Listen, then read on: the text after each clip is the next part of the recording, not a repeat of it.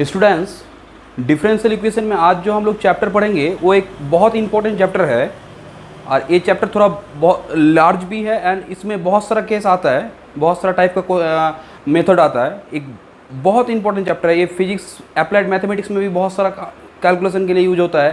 तो ये चैप्टर को बहुत ध्यान से, इसका एक एक लेक्चर को अच्छे से देखना है, ठीक है। बहुत इंटरेस्टिंग है चैप्टर। देखो आज जो हम लोग चैप्टर पढ़ेंगे वो चैप्टर का नाम है लीनियर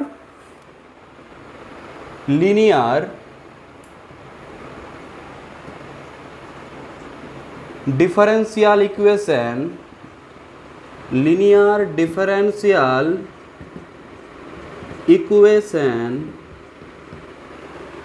with constant coefficient।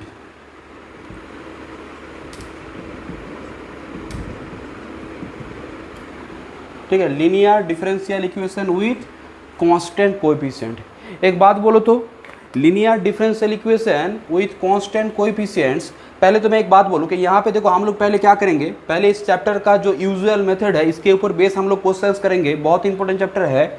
उस मेथड को करने के लिए मुझे 3-4 तो क्लास लेना पड़ेगा पूरा समझाने के लिए इसको। अच्छा, जो यूजुअल मेथड है इस टाइप का, इस चैप्टर के जो क्वेश्चन करने के लिए, उसको हम लोग 3-4 लेक्चर में कवर करेंगे।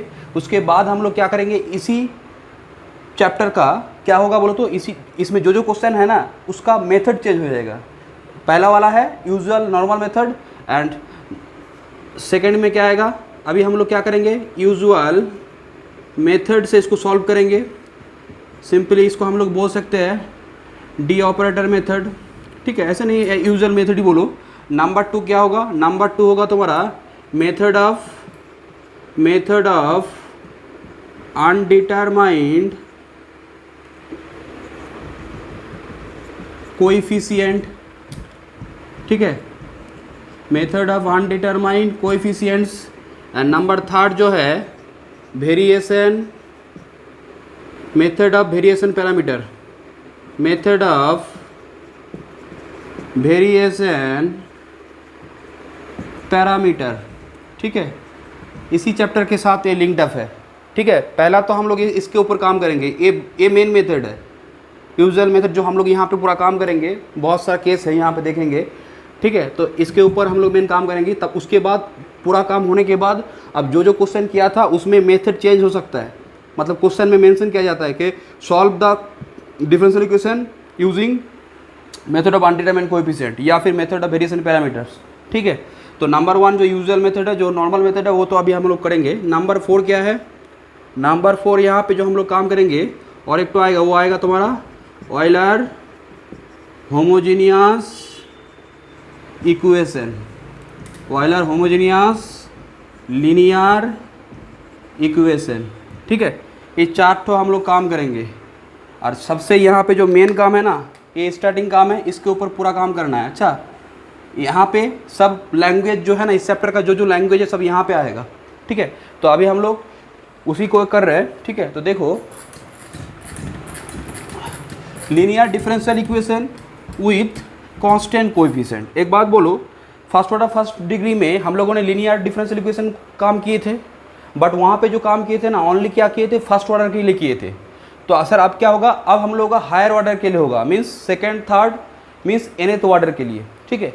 Linear differential equation with constant coefficient, यहाँ पे मेनली हम लोग किसके ऊपर काम करते हैं, हायर ऑर्डर, ठीक है, हायर ऑर्डर। अब देखो लीनियर डिफरेंशियल इक्वेशन में मैंने तुम लोगों को बोला ही था, लीनियर डिफरेंशियल इक्वेशन का जनरल फॉर्म क्या है। तो लिखो कि the general form of linear, लिखो the general form of linear differential equation is, क्या था बोलो, जनरल फॉर्म nth ऑर्डर का लिखो dny dxn plus p1 dn minus 1y dxn minus 1 plus p2, ठीक है। एक एक करके ऑर्डर में घटा रहा हूँ, dn minus 2y dxn minus 2 and so on ठीक है। तो अब यहाँ पे क्या होगा बोलो तो P N minus one D Y D X plus P N Y is equal to Q.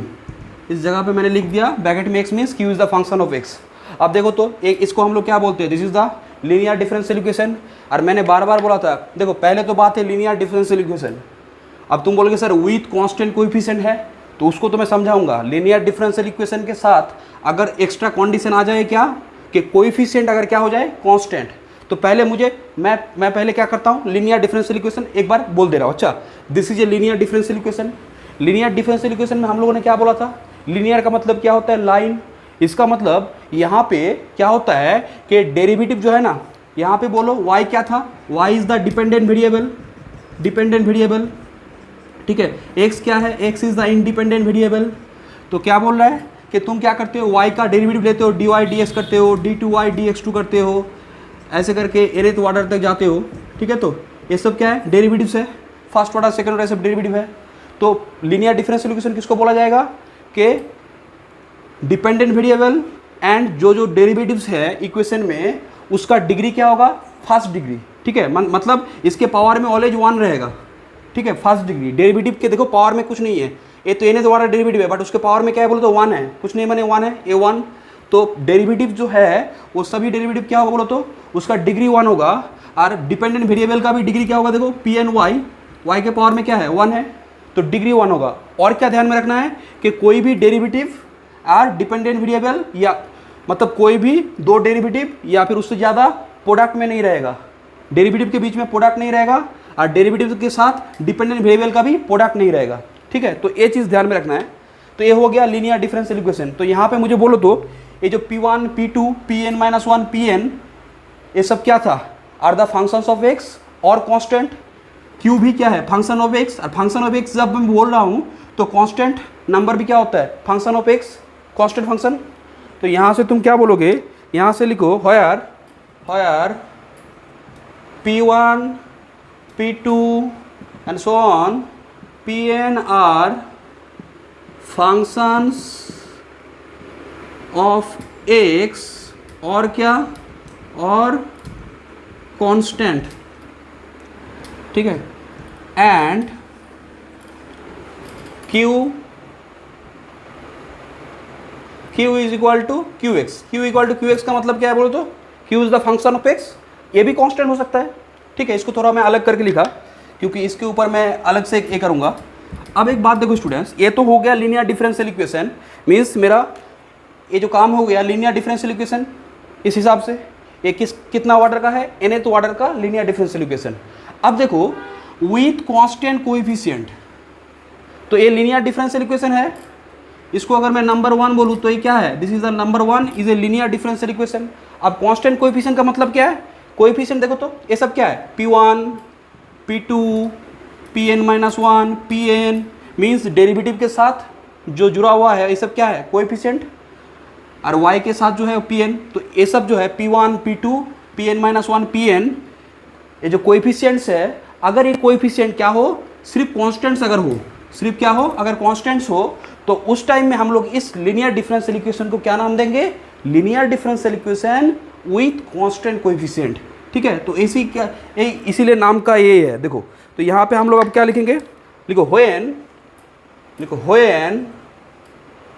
क्या, P1, P2, Pn are all constant, ठीक है। तो P1, P2, Pn are all constants, अगर ये सभी क्या हो जाए, कोएफिशिएंट अगर सभी कांस्टेंट हो जाए, एंड जो Q है, and Q is a function of, Q right hand side में है और ये सब कोएफिशिएंट्स है, ठीक है। तो Q क्या है, Q is the function of, Q is a function of x only. Function of x only का मतलब क्या है, x का कुछ भी ट्राइगोनोमेट्रिक फंक्शन भी हो सकता है, ठीक है, एल्जेब्रिक फंक्शन हो सकता है, या फिर तुम्हारा एक्सपोनेंशियल फंक्शन हो सकता है, लॉगरिथम, कुछ भी हो सकता है, फंक्शन मिक्स्ड अप भी हो सकता है, ठीक है, या फिर कांस्टेंट टर्म भी हो सकता है, कांस्टेंट मीन्स कांस्टेंट 1 2 3 4 कुछ भी हो सकता है। तो फंक्शन ऑफ x ओनली। और जो कोएफिशिएंट्स है वो कोएफिशिएंट्स क्या है बोलो तो, यहाँ पे कोएफिशिएंट्स आर ऑल कॉन्स्टेंट्स। तुम बोलोगे सर तो एग्जाम्पल दीजिए, तो देखो ऐसे मैंने दिया d3y dx3 plus 7d2y dx2 plus, या फिर लिखो -3dy dx plus 7y is equal to X square plus sine X. ठीक है, तो आप बोलो तो ये क्या है, this is a linear differential equation. अब देखो इस डिफरेंशियल इक्वेशन में तुम क्या देख पा रहे हो, इस डिफरेंशियल इक्वेशन में जो कोएफिशिएंट्स है ये सब क्या है, द कोएफिशिएंट्स आर कांस्टेंट्स। तो that means this is a linear differential equation with constant coefficients. अगर मैं ये डिफरेंशियल इक्वेशन तुमको दूं कि सपोज मानो कि d3y dx3 मैंने दिया और मैंने यहाँ पे तुमको दे दिया x square d2y dx2 plus 5dy dx minus 7y x cube. ठीक है, तो अब बोलो तो ये डिफरेंशियल इक्वेशन लीनियर है, लीनियर तो है, लीनियर तो है। देखो डेरिवेटिव का सभी का डिग्री 1 है, y का भी पावर 1 है, प्रोडक्ट में नहीं है, तो that means this is a linear differential equation, but this is not linear differential equation with constant coefficient. कारण बोलो, कारण यहाँ पे देख पा रहे हो d2y dx2 के साथ जो कोएफिशिएंट है, the coefficient are function of x। ठीक है, तो this is linear differential equation but not constant coefficient, this is a linear differential equation with constant coefficients. ठीक है, तो पहले तो ये समझना पड़ेगा कि linear differential equation with constant coefficient का मतलब क्या है और लीनियर डिफरेंशियल इक्वेशन। तो लीनियर डिफरेंशियल इक्वेशन का देखो एक बात सुनो, डिफरेंशियल इक्वेशन में एक बात ध्यान से रखना, जब तक तुम क्लासिफिकेशन अच्छे से कर नहीं पाओगे ना, तो कौन सा मेथड यूज करना है वो नहीं समझ पाओगे। जैसे मैंने तुम लोगों को बोला था कि डिफरेंशियल इक्वेशन को लीनियरिटी के हिसाब से दो में डिवाइड किया जाता है, एक होता है लीनियर, एक होता है नॉन लीनियर। एक तो ऑर्डिनरी और पीडी है, मैं ऑर्डिनरी के लिए बोल रहा हूँ कि जब तक तुम समझ नहीं पाओगे वो लीनियर है या नॉन लीनियर है, तब तक तुम मेथड कौन सा यूज करके वो क्लियर नहीं हो पाएगा। ठीक है, तो लीनियर तो हो गया। अब लीनियर में दो केस आएगा कि कोएफिशिएंट कांस्टेंट भी हो सकता है, अदरवाइज क्या होगा, कोएफिशिएंट फंक्शन ऑफ एक्स हो सकता है। तो वही काम हम लोग इसके बाद वो करेंगे, क्योंकि ये थोड़ा ये हम लोगों का बेसिक ये पहले करना पड़ता है। ठीक है, और इसमें ही हम लोग मेनली काम करते हैं। ठीक है, इसके बाद ये करने के बाद हम लोग यहाँ पे आते हैं, ये सेकंड काम है। तो ये हो गया मेरा क्या, linear differential equation with constant coefficient का डेफिनेशन ये करना। अब देखो तो मैंने क्या बोला यहाँ पे कि when p1 p2 pn are constant coefficients and q is a function of x only, तो मैं क्या बोलूँगा, लिखो only then the equation 1, ये जो इक्वेशन 1 है डिफरेंशियल इक्वेशन 1 जो है उसको क्या बोलेंगे, the differential equation 1 is called linear differential equation, linear differential equation with constant coefficient. Clear, नाम से मालूम चल जा रहा है, कोएफिशिएंट। ठीक है, अब देखो वो जो नंबर 1 इक्वेशन है, तो हम लोग का चैप्टर का नाम क्या है, विथ कांस्टेंट कोएफिशिएंट। मतलब अब जो हम लोग काम करेंगे ना, वो सब का कोएफिशिएंट क्या होगा, देखना कांस्टेंट्स होगा। ठीक है, मैंने डेफिनेशन लीनियर डिफरेंशियल का बोला और साथ ही साथ मैंने कांस्टेंट कोएफिशिएंट। अब सुनो, तो अब सिर्फ दिमाग में क्या ध्यान में रखो कि द कोएफिशिएंट्स आर कांस्टेंट्स। ठीक है, उसके ऊपर ही हम लोग काम करेंगे। तो देखो, तो नंबर 1 इक्वेशन जो है इसको मैं ऐसे लिख सकता हूँ ना, देखो the equation 1 can be written as, देखो तो 1 को मैं लिख सकता हूँ क्या, d⁴n dx⁴n प्लस y को मैं बाहर कर दे रहा हूँ, अच्छा राइट में रख रहा हूँ, p1 dn-1 upon dxn-1, p2 dn-2 अपॉन dxn-2 and so on, pn-1 ddx plus pn into क्या, into y is equal to q। ठीक है, qx। अब देखो एक बात, देखो एक नोटेशन मैं अभी तुम लोगों को समझाऊंगा कि d dx मीन्स एक बार डेरिवेटिव, मीन्स तुमने D D X of x square किया, इसका मतलब क्या है 2x, ठीक है। अगर मैं ऐसे करूँ D D X of X to the power 4 तो क्या होगा 4x क्यूब, ठीक है। तो इसको हम लोग शॉर्ट फॉर्म में क्या लिखते हैं, देखो मतलब कैलकुलेशन के लिए आसानी के लिए हम लोग इसको शॉर्ट फॉर्म में क्या लिखते हैं, इसको लिखते हैं हम लोग D of X to the power 4 means 4x cube, ठीक है। तो दैट मीन्स मैं बोलना चाह रहा हूँ कि डी डी एक्स का मतलब क्या होगा, हम लोग d को लिखेंगे, d stands for D D X, ठीक है। तो अब तुम बोलोगे सर अगर d2 होगा तो क्या होगा, d2 का मतलब होगा d2 dx2, ठीक है, माने 2 बार डेरिवेटिव। मीन्स अगर तुम्हारा ऐसा है d स्क्वायर है तो इसका मतलब क्या होगा, फिर से एक बार डेरिवेटिव हो जाएगा, ठीक है। सिमिलरली d क्यूब क्या होगा, 3 बार डेरिवेटिव, ठीक है। तो ऐसे मैं क्या लिख सकता हूँ, d to the power n क्या होगा, dn dxn, ठीक है। ये हो गया d का मतलब। अच्छा, तो अब से हम लोग क्या करेंगे, फर्स्ट एक बार डेरिवेटिव जो d बाई डी एक्स है उसको d कैपिटल D से, d2 dx2 को d2 से, ठीक है। तो dn को d to the power n dxn। अब सुनो कि अगर तुम बोलोगे सर तो अगर d के पावर में माइनस है तो क्या होगा, देखो d के पावर में अगर -1 है मीन्स नेगेटिव अगर है तो इसका मतलब क्या होगा बोलो तो, डेरिवेटिव का उल्टा मीन्स इंटीग्रेशन, ठीक है। ऐसे नहीं करना, d इनवर्स d के जगह पे d बाई डी एक्स है, तुमने क्या किया, इसको लिख दिया dx बाई डी। एक स्टूडेंट मुझे बोला भी था, तो ये सब मिस्टेक नहीं करना, ये तो स्कूल लेवल का थॉट है। अब देखो ऐसे नहीं करना है, इसका मतलब क्या है बोलो तो, इसका मतलब है d टू दी पावर -1 का मतलब क्या है बोलो तो, d टू दी पावर -1 का मतलब है इंटीग्रेशन, ठीक है। अगर मैं बोलूँ कि d to the power -1 X square तो इसका मतलब क्या है बोलो तो, integration X square D X. अगर मैं -2 कर दूँ तो क्या होगा, वो जो इंटीग्रेशन आया उसको फिर से क्या करो, इंटीग्रेशन करो, ठीक है।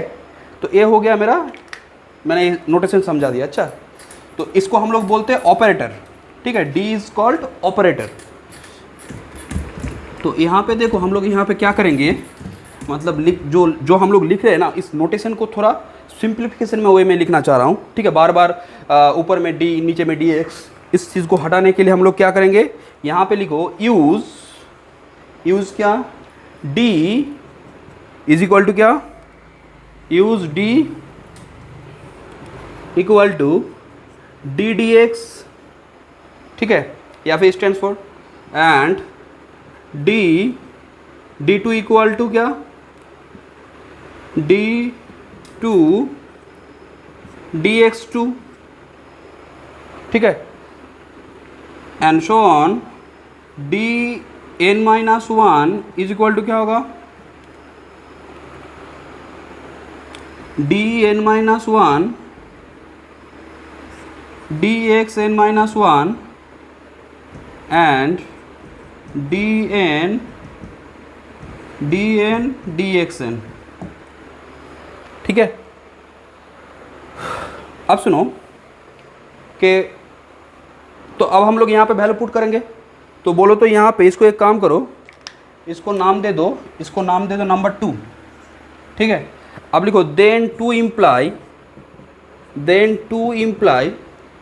2 क्या होगा, देखो मैंने ये सब सिंबल यूज़ किया। अच्छा, अब ये नोटेशन है, कैपिटल D का मतलब क्या है, d by D x, capital D2 का मतलब क्या है, d2 dx2, ठीक है, और dn का मतलब क्या है, dn अपॉन dxn। तो दैट मीन्स मैं यहाँ पे क्या लिख सकता हूँ, यहाँ पे मैं क्या लिख सकता हूँ बोलो, this is d to the power n, ये क्या होगा p1 dn-1, ठीक है, and p2 dn-2 and so on, pn d plus pn into y is equal to क्या, qx, ठीक है। अब देखो ये जो फॉर्म है ना, मैं क्या कर रहा हूँ बोलो तो, नंबर 1 को ही लिख रहा हूँ, नंबर 1 को मैंने नंबर 2 जैसा लिखा, नंबर 2 में मैंने नंबर 3 को लिखा, मीन्स फॉर्म को थोड़ा जो लिखने का जो फॉर्मेट है ना उसको थोड़ा सिंप्लीफिकेशन में कर रहा हूँ। अब देखो नंबर 1 वाला इक्वेशन क्या है बोलो तो, linear differential equation with constant coefficient, क्योंकि मैंने तो बोल दिया कि कोएफिशिएंट और कांस्टेंट, मैंने लीनियर डिफरेंशियल इक्वेशन समझाने के लिए पहले वो लीनियर का डेफिनेशन बोला, और हम लोग अभी क्या दिमाग में रखो कि कोएफिशिएंट्स और कांस्टेंट्स। तो ये जो डिफरेंशियल इक्वेशन आया ये किसका फॉर्म है बोलो तो, नंबर 1 का ही है, तो दिस इज द नंबर 3। ठीक है, कोएफिशिएंट क्या है? कांस्टेंट्स। अब देखो इसको तो मैं लिख सकता हूँ ना, बोलो तो ये जो साइड लेफ्ट हैंड साइड में देख पा रहे ये वाला पार्ट, इसको मैं क्या मान सकता हूँ? बोलो तो this is a function of D. बोलो डी के पावर में है पॉलिनोमियल जैसा, तो ये क्या है? इसको मैं as a function of D मान सकता हूँ। तो इसको इस जगह पे को मैं क्या पुट करूँगा? बोलो तो दिस इज एफ डी। इसको मैं मान लिया एफ ऑफ डी। ठीक है, एफ ऑफ डी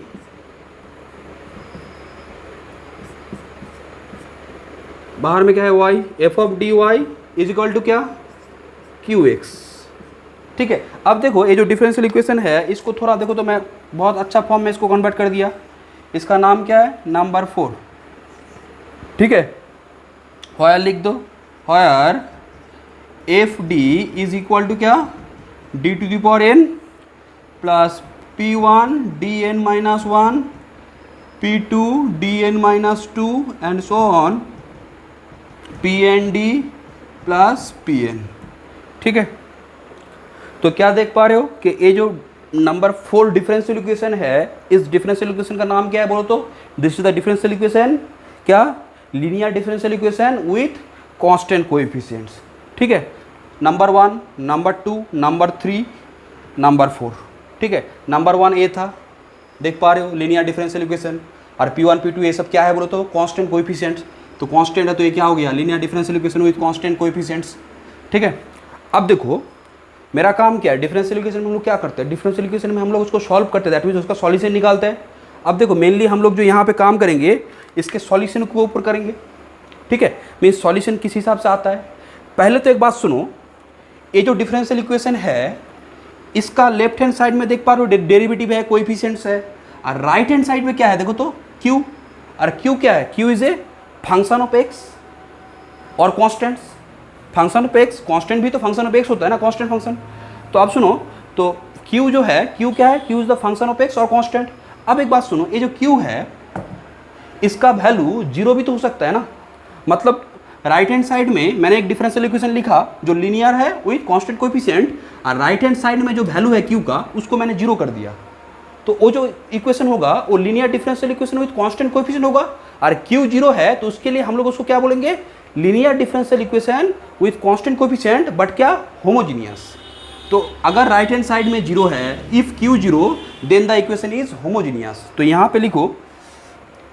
ठीक है, मैं इसको थोड़ा रफ कर रहा हूँ, यहाँ पे तो हम लोग का है ही, कुछ लाइन में रफ कर। अब देखो नेक्स्ट लिखो, नोट करके लिखना।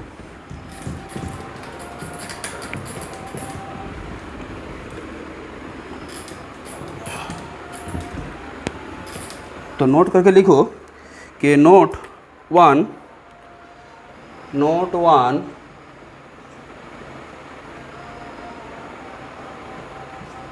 क्या? इफ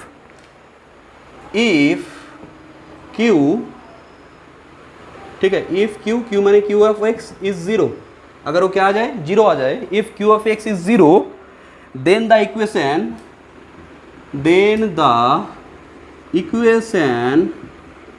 4, इक्वेशन 4 मीन्स 1 2 3 4, जस्ट तो सिंप्लीफिकेशन है ना, एक एक चीज़ को मैं सिंप्लीफिकेशन कर रहा हूँ। Then the equation 4 means linear differential equation with constant coefficient जो है इज कॉल्ड, जो नाम था क्या हम लोग पढ़ रहे हैं? Linear differential equation with constant coefficients. But उसी इक्वेशन में अगर क्यू का वैल्यू क्या आ जाए? अगर क्यू का वैल्यू क्या है? अगर क्यू का वैल्यू 0 है तो हम लोग क्या बोलेंगे? इज कॉल्ड होमोजीनियस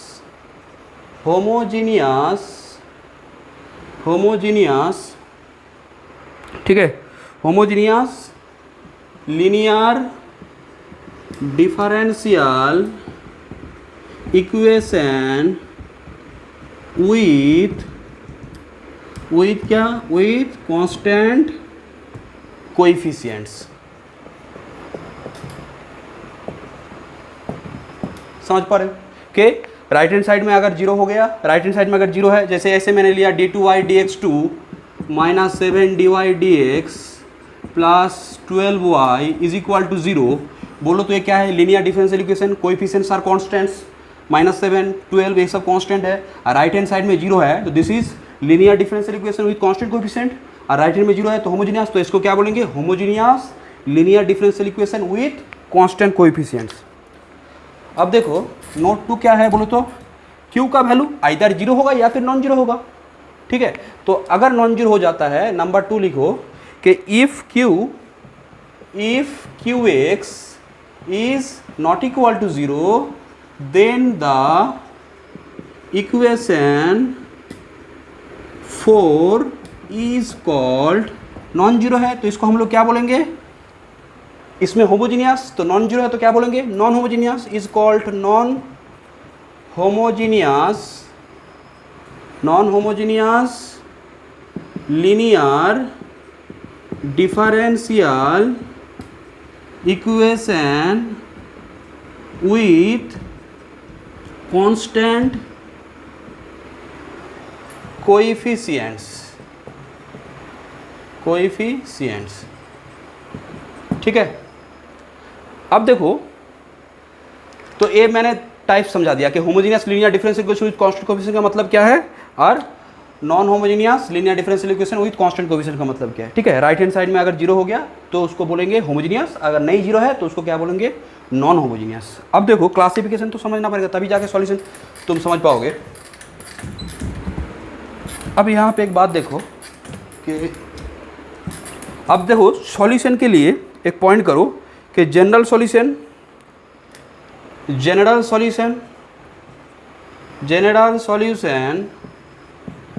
और complete primitive,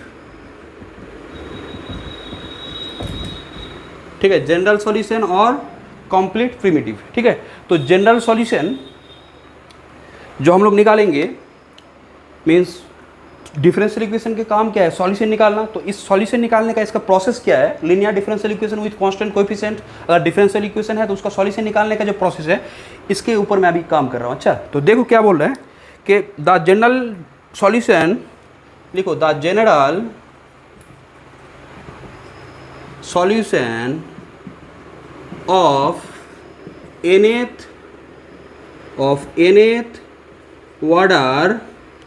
nth order linear differential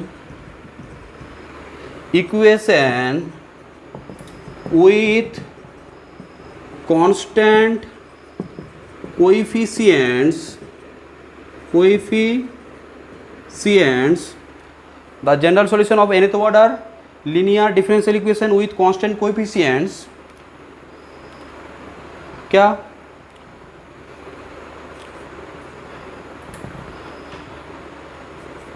D2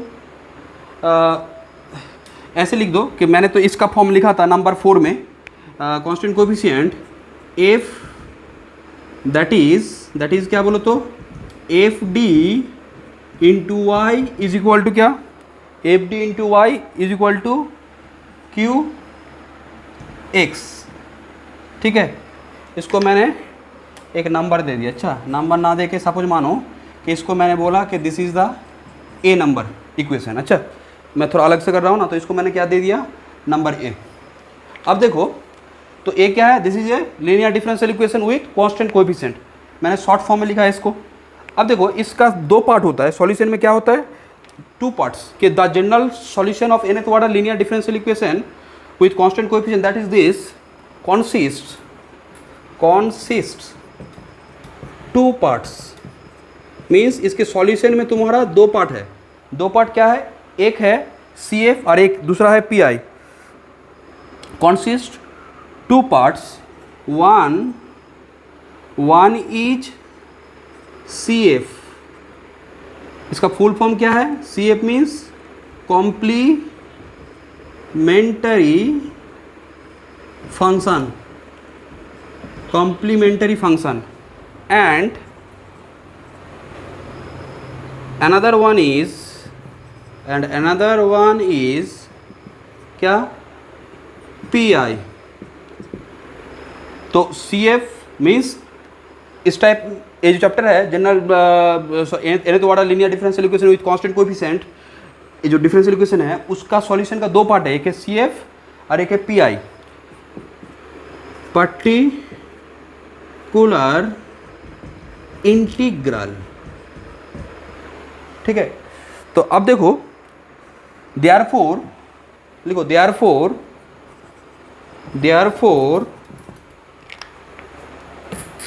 तो मैंने क्या बोला कि जो इक्वेशन है F D Y equal to Q X linear differential equation with constant coefficient, तो इसका जो सॉल्यूशन होगा तो लिखो therefore the solution of A is, ठीक है, the solution of A is क्या, वाई, डिफरेंशियल इक्वेशन में सॉल्यूशन क्या होता है, डिपेंडेंट वेरिएबल क्या है Y equal to some function of X. तो यहाँ पे हम लोग क्या लिखेंगे, वाई इक्वल टू जो फॉर्मूला है यहाँ पे देखो C F plus P I. अब एक बात सुने स्टूडेंट्स, ये मेन फॉर्मूला है, ठीक है, यहाँ पे यही काम है कि linear differential equation with constant coefficient, जो फॉर्म मैंने ये किया, मैंने पहले ही वो बोला डिटेल्स में, इसका सॉल्यूशन है इस फॉर्म में। मीन्स जो डिफरेंशियल इक्वेशन है उसके लिए तुम सी एफ निकालो, कॉम्प्लीमेंट्री फंक्शन निकालो और पार्टिकुलर इंटीग्रल निकालो, तो तुम्हारा ये चैप्टर खत्म। अब देखो तो पूरा चैप्टर किसके ऊपर बेस है, सी एफ कैसे निकालते हैं और पार्टिकुलर इंटीग्रल पी आई कैसे निकालते हैं। तो complementary function and particular integral, इसको निकालने का मेथड है, ठीक है, जैसे जैसे क्यू चेंज होगा उस हिसाब से मेथड भी चेंज होगा। तो अभी जो हम लोग पूरा काम करेंगे ना वो किसके ऊपर करेंगे बोलो तो, सी एफ और पी आई निकालने का जो रूल है, टाइप्स ऑफ जो रूल्स है, वहाँ पे हम लोग क्या करेंगे, ये सब देखेंगे।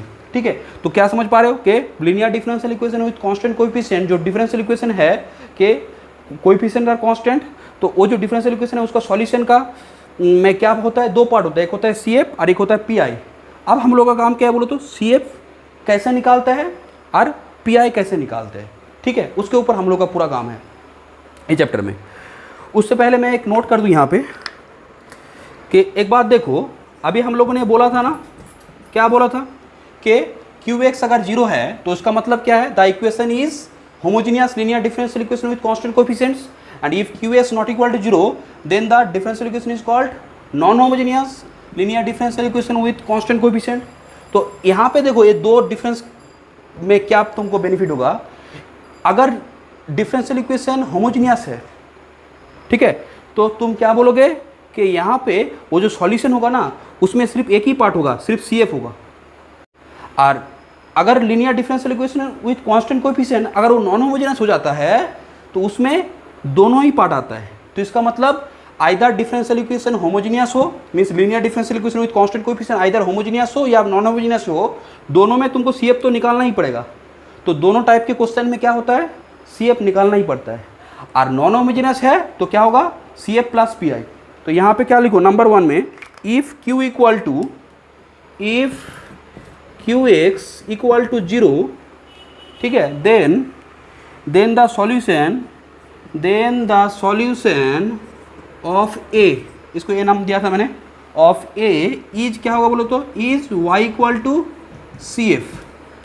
ठीक है, दैट मीन्स अगर होमोजीनियस है तो सॉल्यूशन क्या होगा, सिर्फ C F, y equal to C F लिखना है।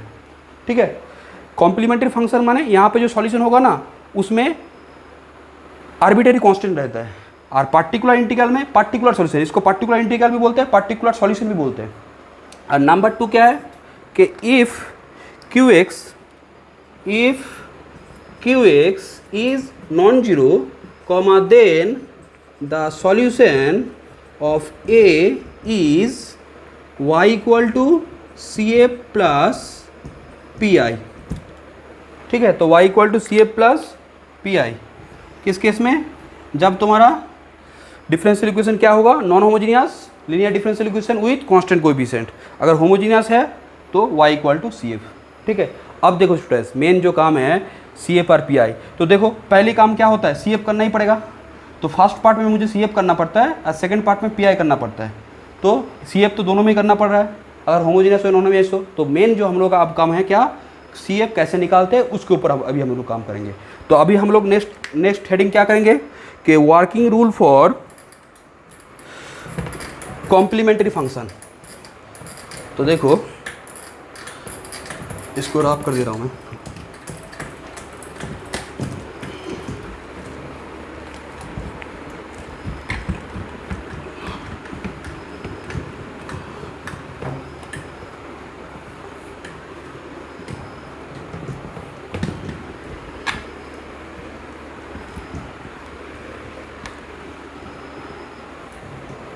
देखो वर्किंग रूल बहुत ये जगह है, ये सब बहुत इंपॉर्टेंट जगह है, तो हेडिंग क्या करो, वर्किंग रूल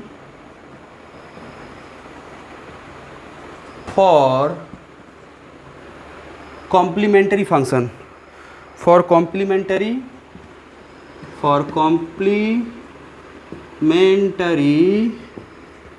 फंक्शन, ब्रैकेट में क्या, CF।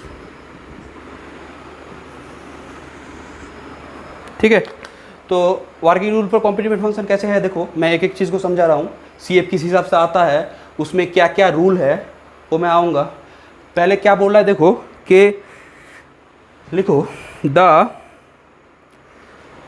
गिवन डिफरेंशियल इक्वेशन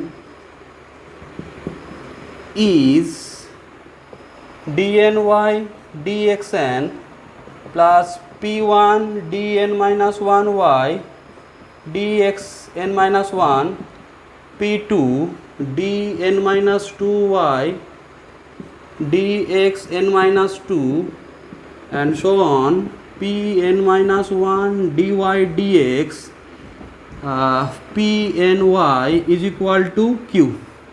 ठीक है, अब देखो ये जो इक्वेशन है linear differential equation with constant coefficient, तो यहाँ पे क्या लिखोगे, लिखो where p1 p2 where p1 p2 and so on pn are all constants. ठीक है, और q को ब्रैकेट में मैंने लिखा है q is a function of x। ठीक है, अब सुनो मैं working rule for complementary function कर रहा हूँ CF। ठीक है, अब देखो राइट हैंड साइड में क्या है, Q ऑफ x मीन्स वो क्या हो सकता है, Q का वैल्यू क्या हो सकता है, Q का वैल्यू तुम्हारा कोई भी पॉलिनोमियल हो सकता है, x³ प्लस 3x² प्लस 1 ऐसे कुछ, या फिर QX का वैल्यू क्या हो सकता है, log x भी हो सकता है, sin x plus tan x भी हो सकता है, एक्सपोनेंशियल में भी हो सकता है। तो QX का जो वैल्यू है, मैंने क्या बोला, आइदर जीरो होगा, अगर जीरो होगा तो होमोजीनियस, अदरवाइज नॉन जीरो होगा। ये सब क्या है, नॉन जीरो। ठीक है, अगर मैं 5 लिख रहा हूँ Q की जगह पे तो नॉन होमोजीनियस, क्योंकि नॉन जीरो है ना, तो जीरो है तो होमोजीनियस। अब सुनो, अगर इक्वेशन में जीरो है तो तुमको तो CF निकालना ही पड़ेगा। ठीक है, अगर नॉन जीरो है तो क्या करना पड़ेगा, CF भी निकालना पड़ेगा एंड PI भी निकालना पड़ेगा। तो अभी CF कर रहा हूँ, तो एक बात सुनो, अगर राइट हैंड साइड में नॉन जीरो वैल्यू है, जनरली नॉन जीरो होता है, तो हम लोग CF करने के टाइम क्या करते हैं, उसको उस Q के जगह पे हम लोग क्या करते हैं, जीरो पुट करते हैं। तो Q के जगह पे जीरो कब पुट करेंगे, फॉर फाइंडिंग CF। इक्वेशन में Q कुछ भी हो, अगर इक्वेशन में QX का वैल्यू A है, तो जब मैं CF निकालूंगा ना, तो उस इक्वेशन में मैं क्या करूंगा, Q के जगह पे जीरो पुट करूंगा, राइट हैंड साइड में मैं जीरो पुट करूंगा फॉर फाइंडिंग CF के लिए। तो यहाँ पे क्या करोगे,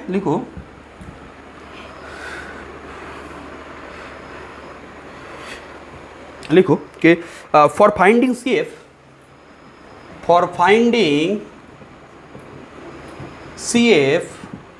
क्या करना है, we put QX is equal to क्या, जीरो। Q के जगह पे हम लोग क्या पुट करेंगे, जीरो पुट करेंगे। तो देन लिखो, then the equation 1 becomes, then the equation 1 becomes, क्या होगा बोलो तो, मैं इसको ऐसे भी लिख ले रहा हूँ कि d to the power n plus p1 dn minus 1 p2 dn minus 2। ठीक है, डेरिवेटिव करके मैं लिख रहा हूँ, तो ठीक है चलो इसको लिख लेते हैं dn माइनस 2, हाँ, and so on pn minus 1 t plus pn y equal to क्या, ज़ीरो। ठीक है, तो ये जो इक्वेशन है इसको मैंने क्या नाम दिया, नंबर 2, ठीक है, नंबर 2। इस दोनों में क्या है देखो, तो ए इसको मुझे सॉल्व करने दिया, तो जनरली हम लोग क्या देख, क्यू का वैल्यू तो कुछ भी हो सकता है, तो दैट मीन्स इसका सॉल्यूशन क्या होगा, y equal to C F plus P I. तो मुझे सी एफ निकालने के लिए क्या करना है, पहले हम लोग क्या करेंगे, इस क्यू के जगह पे 0 पुट कर देंगे for finding C F. C F जब हो जाएगा तब पी आई निकालेंगे इसके लिए, तो पी आई का बात तो बाद में आएगा। तो ए क्या है, एक इक्वेशन है, इसी का कन्वर्ट इक्वेशन, इसको रिड्यूस किया गया है, तो इसीलिए इसका नाम क्या होता है, this is a reduce equation for 1। तो यहाँ पे हम लोग क्या लिखेंगे, लिखो for the equation 2 is called, देखो the equation 2 is called reduced equation of क्या, ऑफ 1 का रिड्यूस इक्वेशन, ठीक है। अब एक बात सुनो, यहाँ पे मैं एक बात समझाऊंगा कि हम लोग अब क्या करेंगे, इसको सॉल्यूशन सी एफ निकालने के लिए, मीन सॉल्यूशन निकालने के लिए सी एफ जो है उसका पार्ट, तो क्या करना है कि हम लोग let y equal to a(e⁻mx) be a trial solution इस रिड्यूस इक्वेशन का। सी एफ निकालने के लिए एक ट्रायल सॉल्यूशन लेना पड़ेगा। This is A trial solution of क्या बोलो तो, ऑफ 2, इसका ट्रायल सॉल्यूशन। अब तुम बोलोगे सर आपने जो ट्रायल सॉल्यूशन लिया इसको इसी फॉर्म में आपने कैसे ले लिया, ठीक है। देखो मैं क्या कर रहा हूँ, इसको राइट में 0 किया, अब इसका सॉल्यूशन मीन्स इसका सी एफ निकालने के लिए हम लोग क्या करेंगे, जो y है ना, एक ट्रायल सॉल्यूशन लेंगे, मीन्स ट्रायल मीन्स क्या, वो सेटिस्फाई करेगा। अब तुम बोलोगे सर आपने जो सॉल्यूशन लिया ये इस फॉर्म में कैसे ले लिया, तो देखो मैं इसको थोड़ा समझा रहा हूँ, इसको समझाने के लिए तुम लोग साइड पे इसको करो, साइड पे करना। अच्छा मैं यहाँ पे कर रहा हूँ, अच्छा देखो मैं यहाँ पे सपोज इस जगह पे कर रहा हूँ कि देखो सपोज मैंने बोला कि यहाँ पे कि जो डिफरेंशियल इक्वेशन है वो क्या है बोलो तो, यहाँ पे डिफरेंशियल इक्वेशन क्या है कि n डिग्री, देखो तो है ना ये nth order, sorry n degree में क्यों बोल रहा हूँ, nth ऑर्डर। तो आप देखो क्योंकि मैं इसको पॉलिनोमियल के हिसाब से लिखूंगा, तो बोलो तो इसको देखो तो एज ए क्या सोचो, तो इसको क्या सोचो, यहाँ से मैं अगर इसको देखूँ तो dn p1 dn minus 1 p2 dn minus 2 and pn minus 1 d pn equal to 0। इसको मैं एज ए n डिग्री का क्या सोच सकता हूँ बोलो तो, पॉलिनोमियल पढ़े हो ना, n डिग्री पॉलिनोमियल। तो यहाँ पे देखो तो n डिग्री पॉलिनोमियल अगर है, n डिग्री पॉलिनोमियल के हिसाब से means x to the power n किए थे, a0 x to the power n, a1 x to the power n minus 1 and so on, ये क्या था, n डिग्री का पॉलिनोमियल इक्वेशन, ए पॉलिनोमियल और इक्वल टू 0 कर दोगे तो इक्वेशन। अब इसको हम लोग क्या, अगर ये n डिग्री है तो इसका मतलब n ठो रूट है, तो n ठो जब रूट है तो हम लोग क्या करते हैं, फैक्टर कर सकते हैं ना, x minus alpha 1 x minus alpha 2 and so on, क्या and so on x minus alpha n equal to 0।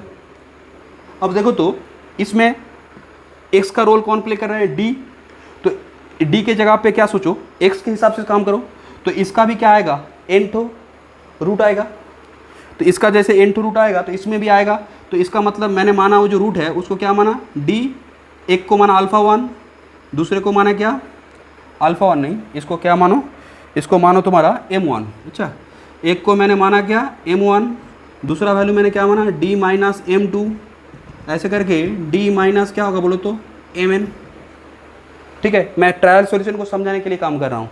अब देखो मुझे क्या करना है, मुझे इस अब देखो कि मुझे क्या करना है, मुझे इस डिफरेंशियल इक्वेशन का सॉल्यूशन निकालना है। तो यहाँ पे लेफ्ट हैंड साइड में एफ डी देख पा रहे हो, ए है, तो आप देखो तो इसके सॉल्यूशन के लिए मुझे क्या करना है, इसका हर एक फैक्टर का रोल प्ले होगा। तो मैंने सपोज कोई भी एक ले लिया, मैं एक को करके दिखा रहा हूँ, बाकी सब सिमिलरली होगा। देखो जैसे मैं अगर d माइनस m1 लूँगा, दिस इज इक्वल टू 0, ठीक है। तो d minus m1 equal to 0, तो यहाँ से मुझे बोलो तो इसको, सॉरी इक्वेशन है, तो इक्वेशन मतलब क्या होगा बोलो तो d minus m1 equal to y equal to 0, इसको सॉल्व करना है। सिमिलरली क्या करना है, d minus m2 into y equal to 0, इसको सॉल्व करना है, ठीक है। ऐसे n ठो करके सॉल्व करना है। तो मैंने एक को लिया, देखो बाकी सिमिलर होगा क्योंकि M1 M2 ये सब चेंज होगा। तो यहाँ से बोलो तो इसको मैं क्या लिख सकता हूँ, this is dy dx, d stands for dy dx, और माइनस M1y जो है उस तरफ जाएगा तो क्या होगा M1y। अब यहाँ पे देखो तो dy अपॉन क्या होगा y, और दिस इज M1 dx। अब क्या करो, इंटीग्रेशन कर लो। तो इंटीग्रेशन करोगे तो क्या होगा, इंटीग्रेटिंग ऑन बोथ साइड, अगर मैं इंटीग्रेट करूँ, इंटीग्रेटिंग ऑन बोथ साइड्स क्या होगा बोलो तो, अगर मैं इंटीग्रेशन करूँगा तो यहाँ पे तुम्हारा जो होगा वो होगा तुम्हारा क्या log y, और यहाँ पे क्या होगा बोलो तो mn x प्लस मैंने ले लिया log c1 कांस्टेंट। ठीक है, तो अब देखो तो यहाँ पे मैं क्या कर सकता हूँ, मैं अगर c1 को इस तरफ ले आया, अच्छा log y by c1 is equal to क्या m1x, log को एक साथ कर लिया। अब log हटाऊंगा तो क्या होगा बोलो तो, यहाँ पे e है तो क्या होगा y by c1 equal to क्या e to the power m1x, तो लिख सकता हूँ मैंने c1 उस तरफ चला जाएगा तो c1 e to the power क्या m1x। क्लियर। तो एक बात देख पा रहे हो, मैंने ये जो काम किया ये किसके लिए किया, इस पार्ट के लिए।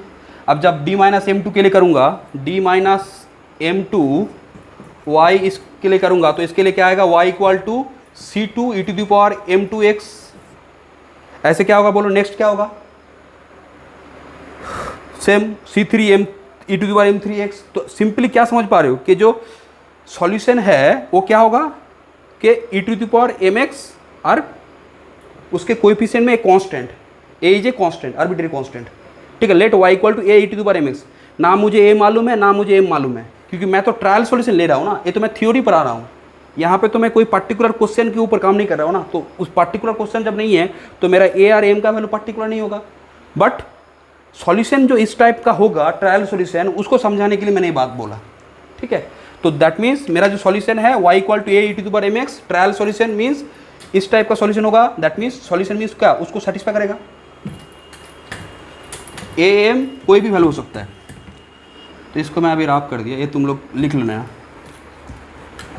ठीक है, अब ये जगह थोड़ा समझना था कि ट्रायल सॉल्यूशन का मतलब से क्या होता है। मैंने ट्रायल सॉल्यूशन लिया क्योंकि जब तक मैं इस ट्रायल सॉल्यूशन नहीं लूँगा ना तो इसको CF में निकाल नहीं पाऊँगा। तो be a trial solution of क्या, be a trial solution of 2। ठीक है, अब देखो क्या है कि देन 2 क्या इंप्लाई करेगा। ठीक है, 2 क्या इंप्लाई करेगा, ठीक है 2 क्या इंप्लाई करेगा। देखो तो 2 का मतलब क्या है कि इसका मतलब क्या है, n बार डेरिवेटिव। किसका n बार डेरिवेटिव बोलो तो, y का n बार डेरिवेटिव। या फिर उसी फॉर्म में रखता तो तब भी देखने में ये होता कि यहाँ पे वही है ना, सिर्फ राइट में 0 है तो n बार डेरिवेटिव करके लिखना है। तो इसका n बार डेरिवेटिव करोगे तो बोलो तो इसका अगर एक बार डेरिवेटिव करोगे तो क्या होगा इसका, बोलो। अगर मैं तुमको पूछूँ कि dy क्या है, dy का मतलब क्या है, m am e to the power mx ना, एक तो m बाहर आ जाएगा। अगर मैं पूछूँ d2y क्या होगा, बोलो तो d2y क्या होगा, d2y is a m square e to the power mx, एक तो m बाहर होगा। फिर d3y क्या होगा, a m cube e to the power mx। ऐसे अगर मैं बोलूँ कि d to the power ny क्या होगा, dny क्या होगा, बोलो a m n e to the power mx। देखो थोड़ा ध्यान से देखो, बहुत ही इंटरेस्टिंग जगह है। अब मैं यहाँ पे, तो यहाँ से मैं क्या लिख सकता हूँ बोलो तो, यहाँ से मैं तो n तो वाटर डेरिवेटिव है तो इसका मतलब क्या, m कितना बार आएगा, n टाइम्स बाहर आएगा। तो क्या होगा बोलो तो, then to imply a m to the power n e to the power mx। ठीक है, e to the power mx। हाँ चलो एक बार मैं लिख दे रहे हैं, सॉरी मैं स्टेप जब नहीं कर रहा हूँ। अच्छा एक लाइन और करूँगा, उसके बाद क्या होगा p1 और dn-1 है तो यहाँ पे क्या होगा बोलो तो, dn-1 है तो क्या होगा p1 a m minus m to the power n-1 e to the power mx। उसके बाद बोलो p2 a m to the power n-2 e to the power mx and so on pn-1 a, एक तो m बाहर आएगा, एक बार derivative है e to the power mx। And pn का वैल्यू क्या है बोलो तो, P N means P N, वो तो पी एन ही कॉन्स्टेंट है, ठीक है। तो सॉरी हाँ कॉन्स्टेंट है यहाँ पे, और ये ब्रैकेट दो, ठीक है। दिस इज इक्वल टू 0, बोलो मैंने सभी का वैल्यू पुट कर दिया, देखो डेरिवेटिव का लिख दिया। अब देखो तो यहाँ पे कॉमन क्या आ रहा है, देखो तो सब में e⁻mx है ना,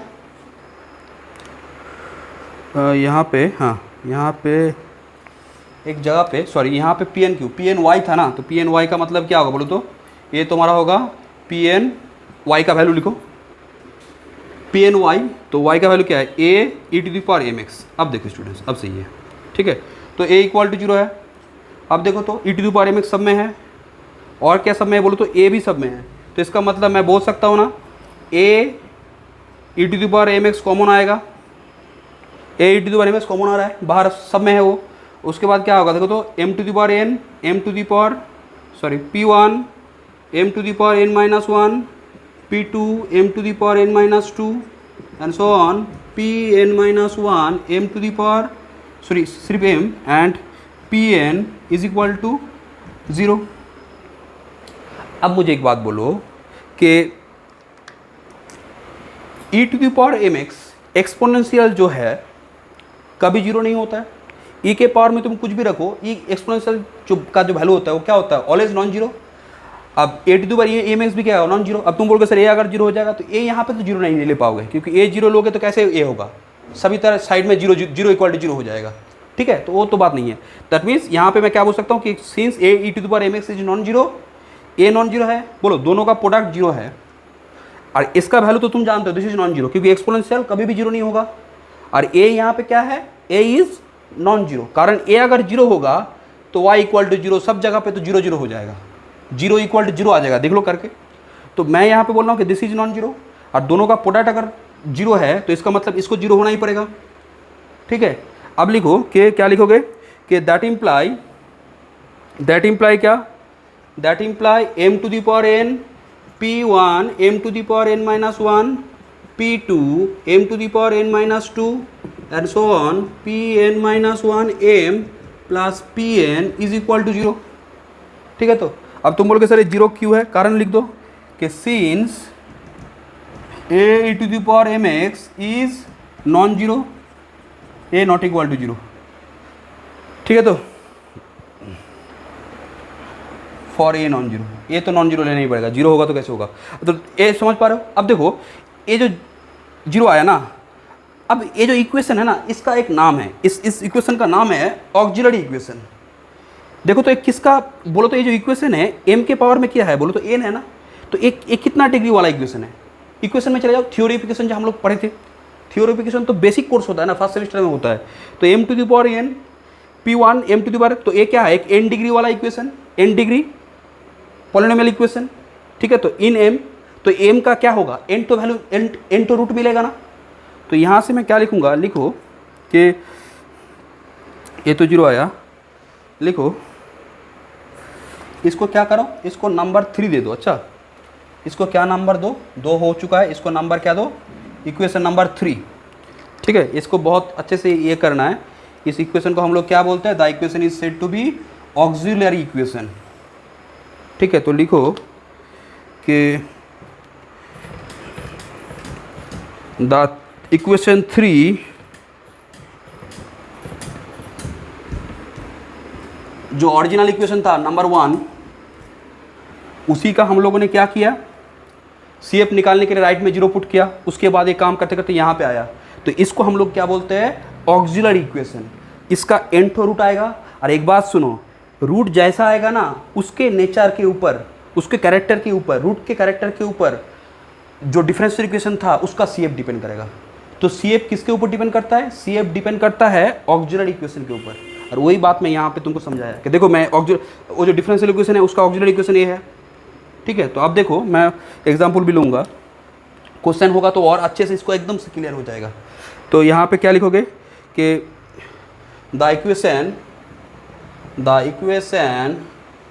3 is said to be auxiliary equation of 1। देखो ओरिजिनल का ये है, रिड्यूस इक्वेशन का नहीं है। रिड्यूस इक्वेशन के लिए मैंने काम किया पूरा, बट ये जो ऑक्सिलरी इक्वेशन है ये 2 का नहीं, वो 1 का ही है। तो देखो जैसे मैंने तुमको एक इक्वेशन दिया, देखो एक बात सुनो, मैंने तुमको एक इक्वेशन दिया, suppose d2y tx2 minus 5dy dx plus 6y equal to 0, 0 नहीं, सपोज ले लो, मान लो कि x³ है, ठीक है। तो ये non homogeneous linear differential equation with constant coefficients है। अगर मैं तुमको पूछूं कि इसका ऑक्सिलरी इक्वेशन क्या होगा, तो इसको तुम सिंपली क्या लिखो, पहले लिख लो d2 5d plus 6 into Y is equal to x³। मैं थोड़ा शॉर्ट ऐसे लिख लिया। अब बोलो तो ये जो इक्वेशन है नॉन होमोजीनियस क्या है, non homogeneous linear differential equation with constant coefficient. तो इसका जो CF निकालना है, तो CF निकालने के लिए इसका ऑक्सिलरी इक्वेशन, तो इसका जो ऑक्सिलरी इक्वेशन होगा ना A dot E, auxiliary equation क्या होगा, m² माइनस क्या बोलो, देखो जस्ट देखो ना तुम यहाँ पे जो इक्वेशन है m⁴n, एक बार तुम यहाँ पे देख लो तुम लोग एक बार, ये जो इक्वेशन था ना d⁴n p1 dn माइनस 1, देख पा रहे हो, तो इसीलिए मैंने इस फॉर्म में लिखा था।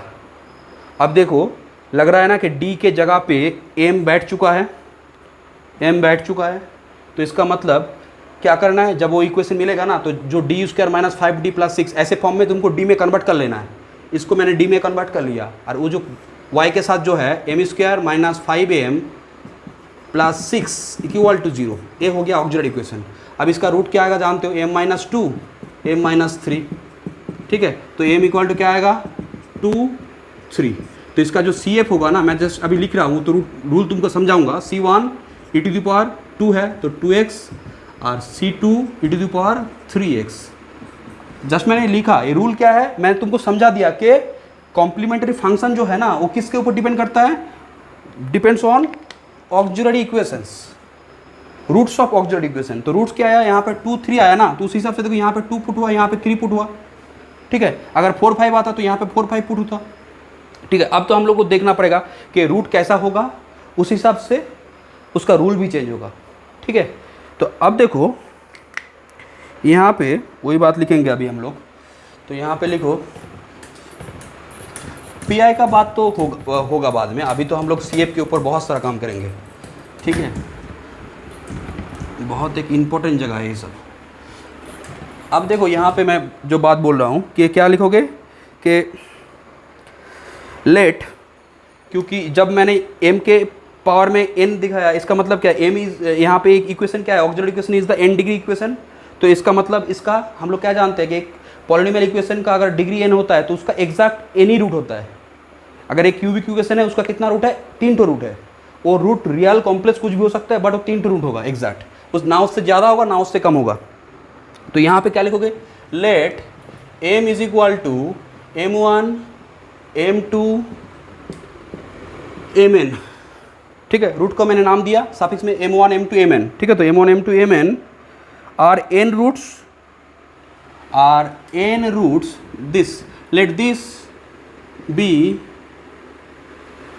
Roots of the auxiliary equation. Auxiliary equation क्या है बोलो तो नंबर 3 का, अच्छा कोई ना कोई तो रूट होगा ना, मैंने वो रूट को क्या मान लिया, m1 m2 mn। अब यहाँ पे कंक्लूजन लिखो, जो बात लिखना है तुमको कि द वैल्यू ऑफ CF, लिखो the value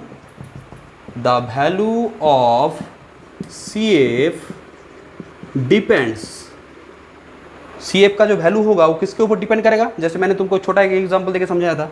the value of CF depends on nature of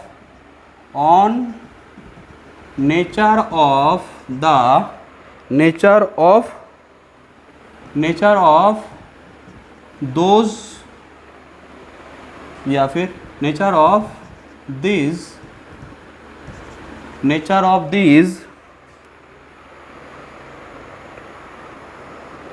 these roots of auxiliary equation 3, ठीक है। तो जैसा रूट होगा ये ऑक्सिलरी इक्वेशन का, जैसा रूट होगा, जैसे अगर मानो कि एक थर्ड ऑर्डर का differential equation, linear differential equation constant coefficients, तो अगर रूट ऐसा आया, 1 आया, -3 आया, 4 आया, तो उसका जो CF होगा ना वो क्या होगा, C1 e to the power 1x, C2 e to the power -3x, C3 e to the power 4x। Just मैंने तुमको थोड़ा बहुत बोला, अभी तो मैं रूल कराऊंगा, रूल ही तो समझना है कि यहाँ पे case 1, case 2, case 3 means root जो है वो रियल डिस्टिंक्ट है या फिर कुछ रियल डिस्टिंक्ट है और कुछ रिपीटेशन है। जैसे सपोज मानो कि एक रूट है ऐसा 1 1 1 2, ऐसे मानो कि 1 1 और 3 है, तो इस टाइम में जो CF होगा ना वो चेंज हो जाएगा, ठीक है। तो यहाँ पे जो CF होगा मैं जस्ट तुमको एक बार दिखा दे रहा हूँ कि C1 plus C2x e to the power 1x plus e to the power C3 e to the power 3x। अभी तो मैंने समझा नहीं, जस्ट मैं तुमको बोल रहा हूँ कि देखो रूट चेंज हो रहा है तो उस हिसाब से CF भी चेंज हो रहा है। अब देखो रूट क्या हो सकता है, शॉर्ट में भी आ सकता है, means alpha plus root beta, alpha minus root beta, इस टाइप का भी आ सकता है। कॉम्प्लेक्स में भी आ सकता है कि A plus minus IB form में भी आ सकता है। तो वही जब रूट चेंज होगा ना उस हिसाब से CF लिखना मुझे पड़ेगा, ठीक है। तो अभी हम लोग क्या करेंगे, उसका जो केस है केस 1 केस 2 करके 5-6 तो केस है यहाँ पे, ठीक है। उस केस को अभी मैं नहीं ले रहा हूँ, तुम लोग अभी इतना तक अभी करो, नेक्स्ट लेक्चर में मैं उस केस को लूँगा, अच्छा, क्योंकि नहीं तो लेक्चर लेंदी होगा तो तुम लोग पढ़ाई में ये हो जाते हो, बोर्ड फील करते हो। तो नेक्स्ट लेक्चर में मैं क्या करूँगा बोलो तो, नेक्स्ट लेक्चर में मैं CF का जो रूल निकालने का जो केस 1 केस 2 करके हम लोग 4-5-6 तो केस करेंगे, उस केस करने के बाद हम लोग इसके ऊपर बेस क्वेश्चंस करेंगे तब, ठीक है। तो CF समझ पा रहे हो कि CF कॉम्प्लीमेंट्री फंक्शन, तो हम लोगों ने क्या देखा, सिंपल बात, linear differential equation with constant coefficient में मैं जिस्ट करके बोल रहा हूँ कि यहाँ पे हम लोगों ने क्या देखा कि डिफरेंशियल इक्वेशन में अगर कोएफिशिएंट कांस्टेंट है तो हम लोग linear differential equation with constant coefficient बोल देते हैं। इसका सॉल्यूशन का 2 पार्ट होता है, एक होता है CF, एक होता है PI। CF निकालने के लिए हम लोग क्या करते हैं, CF निकालने के लिए हम लोग ऑक्सिलरी इक्वेशन निकालते हैं। एंड द ऑक्सिलरी इक्वेशन मैंने बोला था, ऑक्सिलरी इक्वेशन क्या होगा, ऐसे जनरल फॉर्म होगा, मीन्स D के जगह पे M पुट करके कर दो। और वो जो इक्वेशन है, अब तुम थ्योरी इक्वेशन में तुमने क्या किया, रूट निकालने सीखा था, तो रूट निकाल लो, उसको सॉल्व करके रूट निकालो, और जो रूट आएगा उसके हिसाब से CF लिखना है। अब तुम बोलोगे सर रूट जैसा आएगा CF कैसे लिखेंगे, वो हम लोग नेक्स्ट क्लास में बोलेंगे कि किस हिसाब से रूट आएगा, रूट का नेचर क्या होगा, तो CF क्या होगा, वो हम लोग नेक्स्ट क्लास में डिस्कस करेंगे, ठीक है। तो आज यहाँ पे रखते हैं, ठीक है। कुछ भी प्रॉब्लम होगा, डाउट होगा मुझे बोलना। चलो बाय।